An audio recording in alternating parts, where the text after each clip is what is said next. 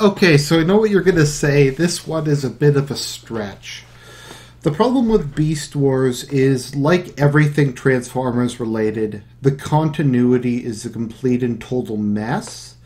It's clear that these things all take place in the same universe, but which universe, what exactly the nature of this universe is extremely unclear, as basically everything that's ever released, be it the different series, be it the different comics, be it the different video games, have vastly different mutually exclusive canons, and very few of them are ever actually finished.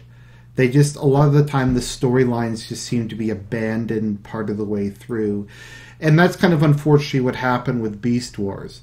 Because frequently throughout the series, there are references to what's going on Cybertron. There's references to some greater galactic-wide plot that's happening, but they're kind of in passing. And you're kind of left to try to piece together what they give you. Probably the biggest issue, and to quote Spoonie, betrayal, is what happened after the end of the series, where we got Beast Machines, which I was a huge Beast Wars fan, and I couldn't even watch Beast Machines. Beast Machines is just really weird.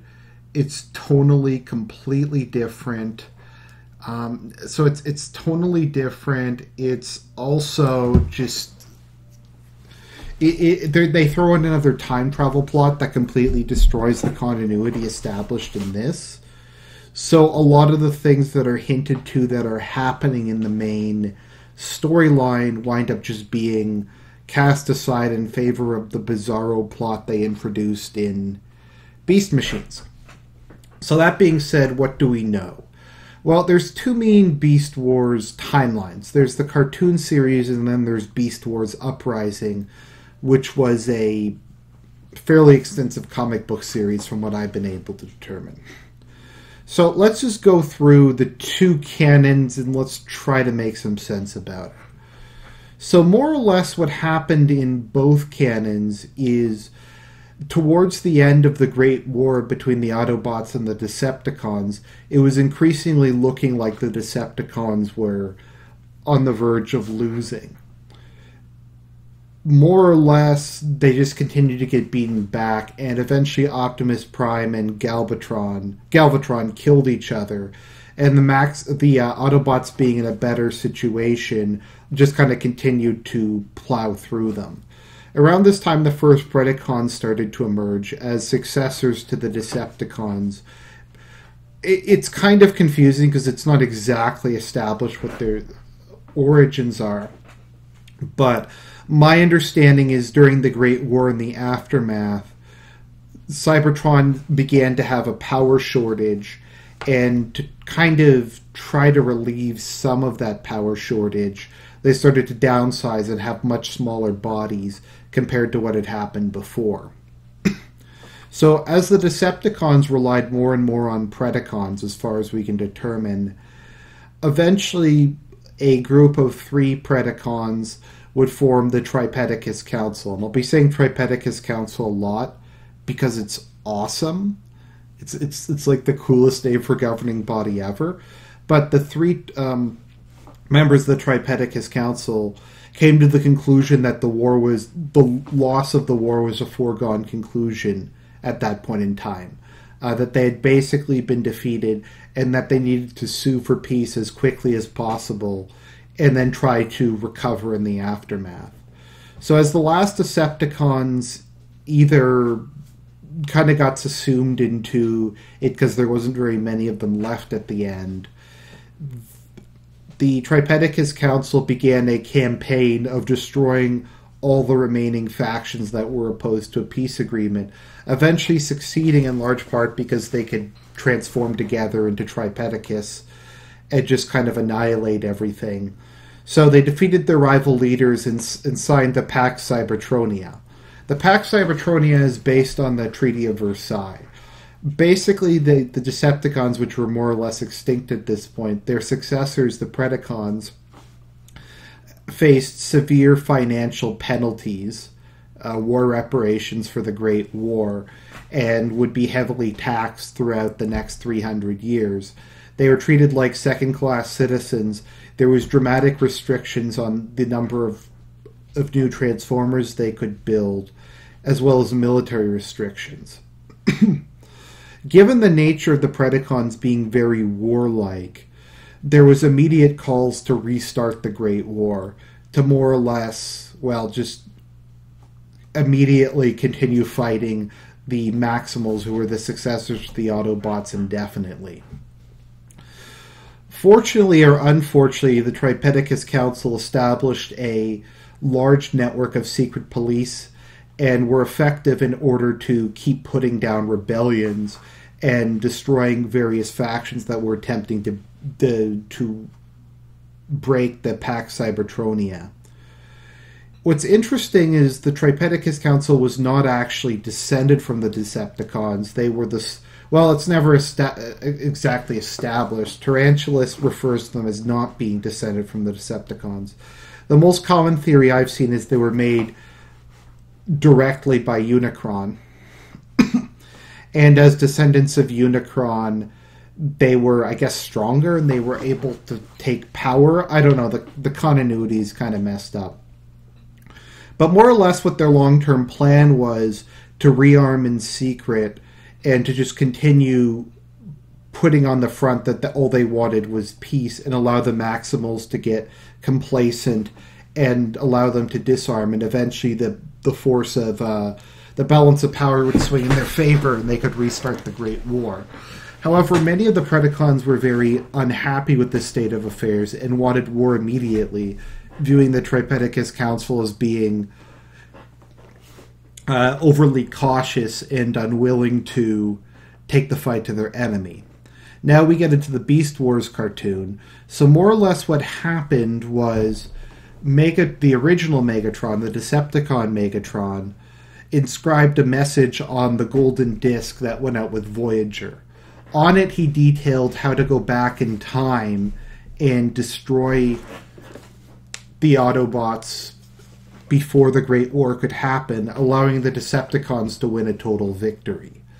Megatron was able to steal this, the Beast Wars Megatron, and came up with the plan that he would go back in time to Earth and destroy the Autobots. See, from my understanding, the Autobots and Decepticons fought a huge battle over Earth, and the Decepticons boarded the Ark, and the Ark crashed into Mount St. Helens, and they slumbered there for millions of years until they were eventually reactivated in the events of the original series. So Megatron's plan was to go back in time and destroy Optimus Prime while he was still on the Ark to immediately allow the Great War to be won. Unfortunately for him, the Maximals, led by Optimus Primal, succeeded in going back in time along with him. However, the Tripredacus Council had managed to sneak one of their agents, Tarantulas, who was a member of the Predacon secret police, onto Megatron's ship, and he would continue to feed information to them and plot against Megatron over the course of the series. So, Megatron, interestingly enough, despite kind of his claims and kind of how the TV show makes it out to, is a very minor leader. He just leads his own small band of rebels who the Predacon government was in the process of destroying when they decided to escape. Later in the series, Ravage, who's one of the Decepticons who became a Predacon, shows up and intends to arrest Megatron for violating the terms of the Pax Cybertronia. However, he's convinced by Megatron explaining the whole going back in time and stopping the Great War thing, which eventually leads to his destruction. Later on in the series, Tarantulas, acting on orders from the Tripredacus Council, attempts to destroy the entirety of the Ark, killing all the Autobots and Decepticons. As him and his fellows are descended from Unicron directly, they would be the only remaining faction in the future once the both rivals had been taken care of. So ultimately that fails. There's a bunch of other stuff that happens. Megatron takes old Megatron Spark. Optimus Primal takes Optimus Prime Spark. Basically, things just wind up going back to how they worked out, and the Great War seems inevitable, is going to continue on. They prevent Megatron from changing history.